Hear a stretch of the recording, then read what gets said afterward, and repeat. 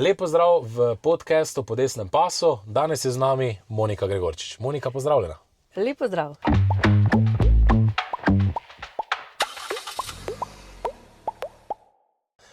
Monika, ni prvič tvoja kandidatura, že enkrat si kandidirala. Zakaj se ponovno aktiviraš in predvsem, kakšni so tvoji cilji v tej kampanji? Res je, bila sem že tudi izvoljena poslanka. Odločitev za ponovno kandidaturo je pa predvsem v nekem klicu, da naredim nekaj dobrega za družbo, za to državo, katero menim, da je v zadnjih 4 letih šla popolnoma v napačno smer, da smo na napačni poti in da je sedaj nek tak prelomen trenutek oziroma čas, ko je potrebno strniti vrste in se potruditi za to, da bo naša domovina lepša, da se bomo v njej vsi dobro počutili. Zdaj kandidirate v Kranju 2, to je v bistvu center, Kranj 1, se opravičujem, Kranj 1, to zajema center ali... To je center mesta, center mesta Kranja. Zdaj, zakaj v Kranju? Jaz sem namreč, živim v Ljubljani, vse svoje življenje, ampak v zadnjih letih sem pač zaposlitev našla tu v Kranju, učim na srednji ekonomski šoli. Moram reči, da se tukaj izjemno dobro počutim. Tudi spoznavala sem v teh parih letih lokalno okolje in sem kar vesela, da lahko kandidiram tukaj in ne v Ljubljani. Ja, pa bom tudi okolje malo boljše, ne? Zagotovo, zagotovo. Pa da ne bo kateri Ljubljančan jezen, ne? Zdaj predvsem prihajate iz šole, ne? Jaz mislim, da kar nekaj polemik je v tem mandatu predstavlja tudi šolstvo, ne? Od tega, kako vključiti dijake, se spomnimo takrat tudi Anjo Slugo z albanskim jezikom, ne, naša stranka tudi zagovarja, da se otroci vključijo v pouk takrat, ko znajo slovenski jezik, ker drugače prihaja do ogromnih problemov tudi pri samem preučevanju. Zdaj mogoče vi kot z prakse, ne, nam lahko povete, kako so današnje šole in kje so tudi največji problemi, ne? Ja, sporazumevanje oziroma otroci tujcev, ki pridejo k nam in so v Sloveniji prvo leto, zagotovo imajo prvo leto težave, ki se odražajo seveda zaradi nerazumevanja jezika, potem v učnem neuspehu. Ja, šola, kot vsaka šola, tudi naša, organizira neke posebne tečaje slovenskega jezika za tujce, ampak kot rečeno, ponavadi se izkaže, da to ni dovolj za tekoče napredovanje in je vedno potrebno eno dodatno leto, da se tukaj zaustavijo in potem pridobijo znanje jezika in šele potem lahko uspešno delajo naprej. Kaj pa recimo medvrstniško nasilje, tudi tega je bilo kar nekaj, ne? Je na vaši šoli tudi tako, ali obvladujete razmere, no? Ker tam na Dolenjskem vem, da se pojavljalo grozne stvari, ne? In tudi jaz mislim, da težko otrok v takem okolju zasije in doseže svoj potencial. Zagotovo. Na naši šoli, ali pa bom rekla, ker mislim, da tukaj v Kranju nisem zasledila tako perečih težav, obvladujemo situacijo, seveda je pa veliko dela, vsakega posebej, vsakega profesora ali pa tudi razrednikov, pa potem tudi vodstva šole, strokovnih delavcev, da pač to pravočasno vse zaznamo, ustavimo, se pogovorimo, marsikaj se da narediti.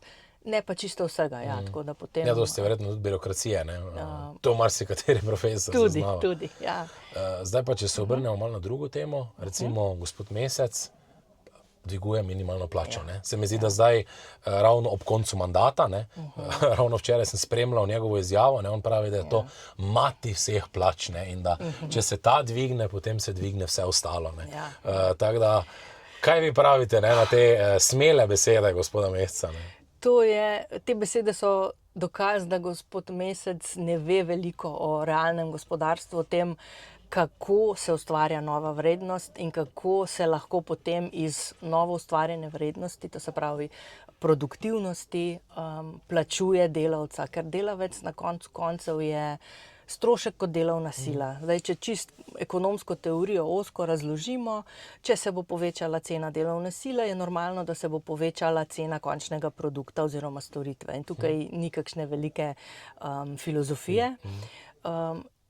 Zakaj sedaj ob koncu mandata takšen drastičen dvig, saj sploh ni dvoma.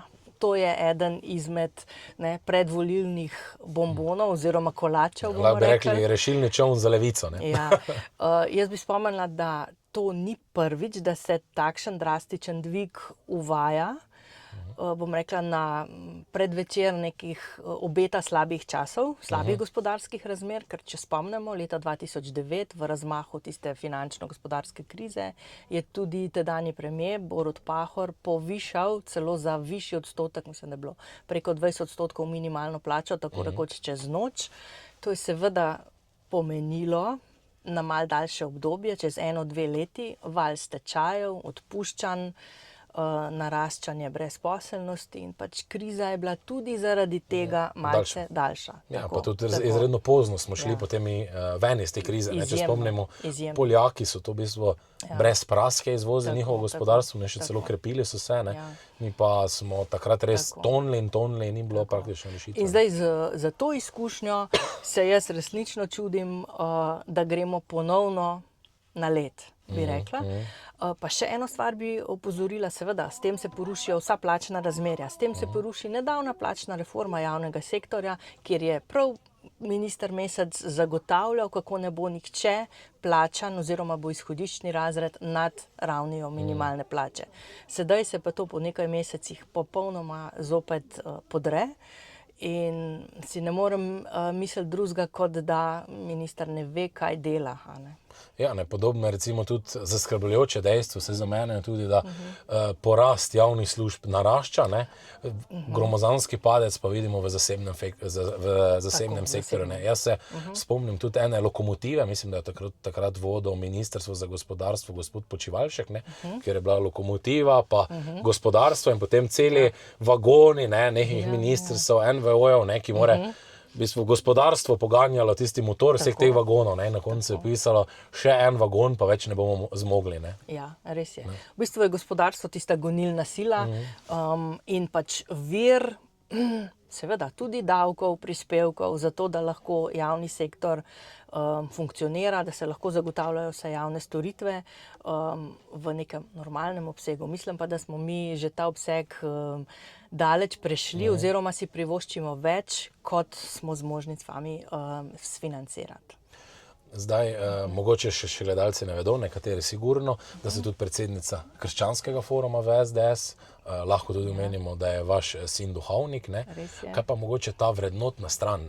Pri mladih mi predvsem opažamo, da se predvsem mladi odločijo za vrednote. Po eni strani, jaz pravim, konzervativne, tudi naš slogan, Bog, družina, domovina, z nekimi 10 božjimi zapovedi, z sodobnimi znanstvenimi dognanji, na drugi strani pa ta LGTB ideologija, nasilna, praktično v vrtcih, v šolah se pojavlja, legibitra, pa potem imamo na drugi strani tudi ta kultura smrti, ki smo jo z evtanazijo uspeli preprečiti, čeprav se še, mislim, da pobudniki referenduma še prepirajo na sodišču, ali bi razveljavili.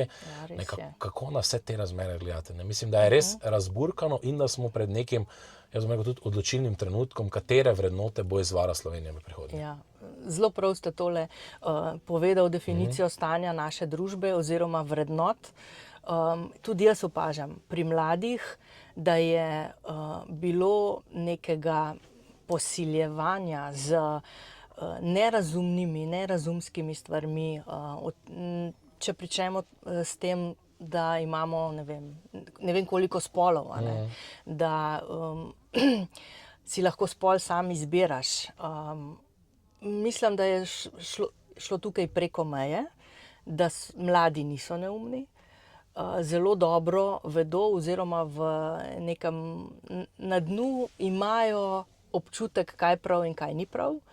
In da se je v njih prebudila ta, bomo rekli, vest, domoljubje in tudi družinske, malce bolj konzervativne vrednote.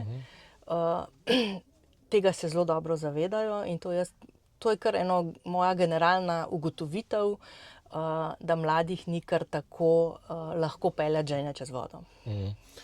Se popolnoma strinjam, mislim, da tudi ta kampanja bo verjetno temeljila na tem, pustimo davke tudi, ki bodo tudi velik, pa mogoče še eno stvar pri davkih ustavimo, tudi zelo povezano za mlade, to je obremenitev plače. Zdaj ogromno mladih odhaja v tujino, imamo velikanski beg možganov, da nadomeščamo ga z v bistvu migracijami iz juga, ne, Ja. in moram reči, da vse pri sebi, ne, ko opažam, pa tudi ne samo mlajšo generacijo, ne bo pomote, tudi starejšo, ne, da grejo iskati zaposlitve čez mejo v Avstrijo ali pa tudi zdaj že čez mejo v Hrvaško, kjer je plača razbremenjena. Ne. Tudi tu v Kranju, verjetno Avstrija je izredno blizu, ne, Ja. problem. Zagotovo odliv delovne sile, tiste, ki jo izobrazimo v Sloveniji in potem gre ustvarjati novo vrednost izven meja naše države, je zagotovo velika izguba za naše gospodarstvo oziroma za celo našo družbo. Zdaj, kako to preprečiti? Zagotovo bi morala tukaj država biti manj požrešna, da bi morale biti obremenitev plač nižja, kajti imamo eno najvišjih obremenitev plač, to nas je opozoril tudi OECD. Ta vlada je pa to problematiko samo še zaostrila. To se pravi, takoj po nastopu mandata je eliminirala Janševo dohodninsko reformo in dodatno uvedla še 2 davka, to se pravi za dolgotrajno oskrbo, ki je pravzaprav sploh ni, še ne funkcionira. In pa tudi, ko je preoblikovala dodatno zdravstveno zavarovanje, ki je bilo do tedaj prostovoljno, v obvezno. In je postal to nov pavšalni prispevek. Jaz bi samo izpostavila, da vkolikor vsaj dohodninska reforma iz prejšnje vlade ne bi bila eliminirana, potem bi že danes imeli preko 1000 evrov neto plače. Minimalne plače, tako. In v bistvu cela ta reklamna akcija in privijanje gospodarstva ne bi bilo niti najmanj potrebno. Ja, definitivno. Ne. Zdaj, če se še mogoče, zdravstvo še že omenili, dolgotrajna oskrba, 30 dni do specialista. Slogan, ki še danes marsikoga ne samo več buri duhove, ampak mislim, da prav žucira. Res. In če se mogoče še navežem na nedavni referendum o asistiranem samomoru, če bi jim ta zakon uspelo uveljaviti, potem bi bilo edina stvar, ki bi jim uspela 30 dni do patologa. Žal, res. In ja, prav žalostno, patetično je, kako se je sedanji predsednik vlade Golob zaklinjal, da je zdravstvo prioriteta njegovega mandata, pa od vsega skupaj je ostala res samo še ena prazna obljuba, poleg že veliko, ker jih je on izrekel v tem mandatu. Točno tako, ne, mislim, da edina obljuba, ki jo je spomnil, ne, predvsem ta, da bo povečal davke, ne, in to obljubo se vestno drži, ne, in tu praktično ne odstopa, ne. Zdaj mogoče dotaknimo se še, ker smo ravno tudi omenila, se pravi ministre, ne, da se nič ni spremenilo, praktično reforme v zdravstvu ni. Ne, v 4 letih, čeprav je bila to prioritetna tema. Mene vedno kot mladega, ne, me vedno padlo to, pa tudi sama ste bili že v državnem zboru in tako. Gospod Loredan, če se spomnite na začetku, je bil kot simbol antikorupcije. Ne. In potem ne bom nikoli pozabil videa, kjer se mora on opravičiti Zoranu Jankoviću, ne, da ni mislil tako, ne. In potem gospod Loredan mora odstopiti in pride nova ministrica. Ne. Jaz pravim, tu v tem trenutku, ne, za mene Golobova vlada izgubila vso legitimiteto, ne, ki jo je nekako od volivcev še takrat imela, ne, vse na začetku mandata, ne, bodo nekaj na koncu pa Zoran Janković, ne, pridiga, ne, o korupciji, ministru Loredanu, ki je v bistvu veljal za zvezdo, če spomnite na listi Svobode. Kako to komentirate? Ne? Res je. Tisto opravičilo, celo dvakratno opravičilo v javnosti pred mediji je bilo kar sporočilno. Jaz sem v gospoda Loredana še kar polagala največje upe, ker je bil kot zdravnik in pač strokovnjak, sem zaupala, da ve, kaj bo naredil, glede na tudi smernice modernih zdravstvenih sistemov, da se ne ločuje javnega in zasebnega, ampak da zasebno služi interesu javnega in da je edina definicija javnega zdravstva to, da se financira iz javnih sredstev. To pomeni iz sredstev vseh nas, ki plačujemo prispevke, medtem ko izvajanje zdravstvene storitve, zdravstvene dejavnosti pa je lahko zasebno, javno, državno. Se pravi, ni pomembno, kdo storitev izvaja, v kakšnem statusu je ta zdravnik. Ni pomembno, čigavi lastnina je stetoskop ali pa rentgen ali pa zgradba ordinacije, pač pa je pomembno, da bolnik, pacient dobi zdravstveno storitev, ki jo je že plačal, takrat, ko jo potrebuje. To se pravi, brez čakalnih dob ali pa v nekem normalnem okviru. Ja. Predvsem je važno, da storitev dobimo. Ne? Tako. Pri nas pa se mi zdi, da ko imaš čakalno dobo 10 let, ne, mislim, da sem šel na en gospod Kazar, gledajte, jaz mislim, da bom prej umrl, pred bom prišel na vrsto, ne, in mislim, da je kar tako neko negativno vzdušje, pa mogoče še to, ne, da malo pokomentirava tudi ta odnos do zdravstvene stroke, ne, od dvoživk, poniževanja, ne, spomnimo se tudi, pa se to zelo malo omenja, ne, umora takrat v izolski bolnišnici, kjer je eden od pacientov streljal se medicinsko sestro zdravnika, ne spomnim se točno. Zdravnika, urologa, zdravnika, ne. Mislim, tako klima, ki se je trenutno ostala, ne, pa vsem dolžnim spoštovanjem do vseh poklicev, ne, deluje, kot da bi vsi proti zdravniku, ne, vsi več vejo kot zdravnik, ne, in nekako to komentirate, ne, mislim, v takem, tudi učitelje, ne, se mi zdi, da včasih hočejo, dobro, sicer še je to neka varna cona, ne, ampak tudi nimate prav, kaj učite naše otroke, ne, mislim, kar demoniziranje, ne. Zagotovo. In sploh je v tem mandatu si gospod Golob dovolil označiti zdravnike kot njegove nasprotnike in dobesedno bije vojno proti njim, jih zmerja z dobičkarji, dvoživkami, jim očita, da hočejo si kupiti že drugega Ferrarija, ne celo prvega. To je enostavno samo fasada, zato da se zakrije pravi problem. Pravi problem je v financiranju zdravstvenega sistema, na način, kot sem ga prej opisala. Zakaj se pa tega ne želijo lotiti na takšen način? Zato, ker jim imajo v mislih in v načrtu skrivno privatizacijo zdravstvenega sistema. Oni jo bodo izpeljali, vendar na kontroliran način. Če se spomnite mogoče malo nazaj, tako kot so izpeljali privatizacijo nekdanjega družbenega premoženja, ne, na zapleten način, dolgotrajen način, tako da bodo profitirali tisti, ki bodo zraven, po domače povedano. Zdaj pa še mogoče malo bolj tudi moje zanimivo vprašanje, pa kako je bilo v tistem času, ko ste bili mogoče poslanka v koaliciji, se pravi z stranko SDS, ne, in tudi vseh pritiskih, ki so se takrat dogajali, ne. Jaz mislim, da je takrat bilo eno obdobje, ki čeprav se ga tudi v SDS-u, bom rekel, ne radi spominjajo, ker so mogli držati, v bistvu reševati krizo, ne. Ampak se mi zdi, da so se takrat dogajale take stvari, ki jih dobena družba ne bi smela dovoliti, ne. Tudi zadnjič sem govoril z vašim bivšim, zdajšnjim kolegom, gospodom Peričem, ne, in mislim, da je to kar zaskrbljujoče, ne, da doben novinar tega ne problematizira, ne. Ja. Res je, bili so pritiski, bila je zelo neugodna klima, ki smo jo poslanci, takrat na SMC, prenašali tako, eni lažje, eni malce manj lahko. Nekateri so tudi šli, ne. Nekateri so seveda pod pritiski popustili.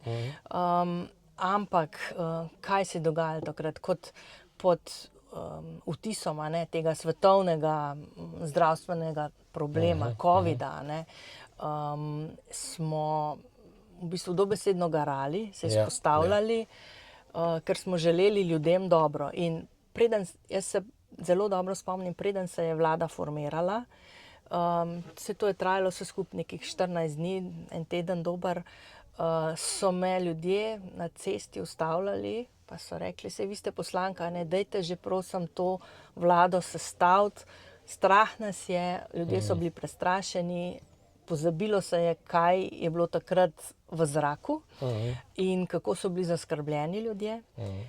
In potem, ko smo skupnimi močmi oblikovali vlado. Tako, oblikovali vlado in ko so bili sprejemani ukrepi, no takrat se je pa potem pokazala vsa, bom rekla, sprevrženost, ne, potem tedanje opozicije, levih sil, levih elit, aktivistov, ki so se zbali za svojo prihodnost, za svoje finance, za svojo eksistenco.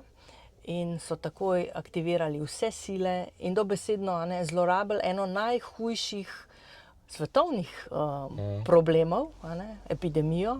Nismo vedeli, kaj nas čaka. Za svoj politični boj. Za svoj politični boj. In jaz jim to zelo zamerim, še posebej zato, ker so se lotili tudi vsakega od nas posameznikov in so z njihove strani prihajali napadi, po drugi strani se pa prodajajo za, ne vem, strpne, vključujoče, tolerantne, to se pravi, ampak ravno oni so najbolj izključujoči in najbolj egoistični. Pa kaj menite, da ko bomo formirali novo vlado pod vodstvom Janeza Janše, mislite, da bodo spet nadaljevali s temi protesti, da bo spet pritiski in predvsem mene je iskreno strah, da bodo spet 2 ali 3 tisti, ki bo v bistvu zagotavljali to trdno večino, in se bojim, da se ne bi marsikdo podlegel pod pritiskom, ko se je to že zgodilo. Ja, tudi jaz se bojim, enako kot vi. Seveda, če bo vzpostavljena desno-sredinska vlada, za katero jaz sem prepričana, da jo Slovenija nujno potrebuje vsaj 2 naslednja mandata, potem je tudi za pričakovati močen odpor in tak koordiniran odpor. Ja, predvsem v Ljubljani s kolesarjenjem in podobnimi aktivnostmi. Kako je po vašem mnenju tudi o nevladnikih, da imamo Glas ljudstva, 8. marec, ki so že aktivno v kampanji. Zdaj sem ravno prebral en dober tweet od ene gospe, ko je rekla, kakšna je primerjava med medvladniki 8. marec in gasilci. Poglejte si njihove objave. Ko vidiš samo blatenje neke politične opcije, na drugi strani pa kako rešujejo življenje, kako gasijo. Mislim, da slika ne more biti bolj kristalna. Zagotovo.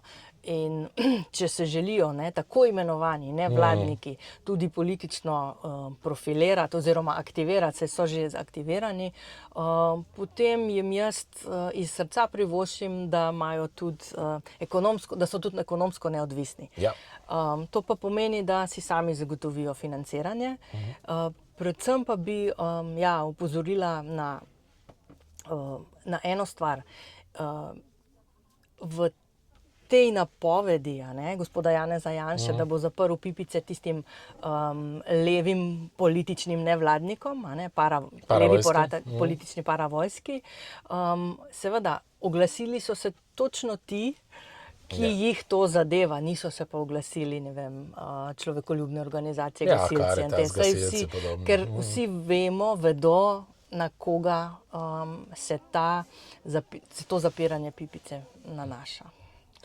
Ja, mislim, da smo zdaj kar izčrpno obdelali vse teme. Jaz vam želim srečno na volitvah in predvsem, da skupni moči zmagamo. Hvala lepa in hvala za povabilo in za prijeten pogovor.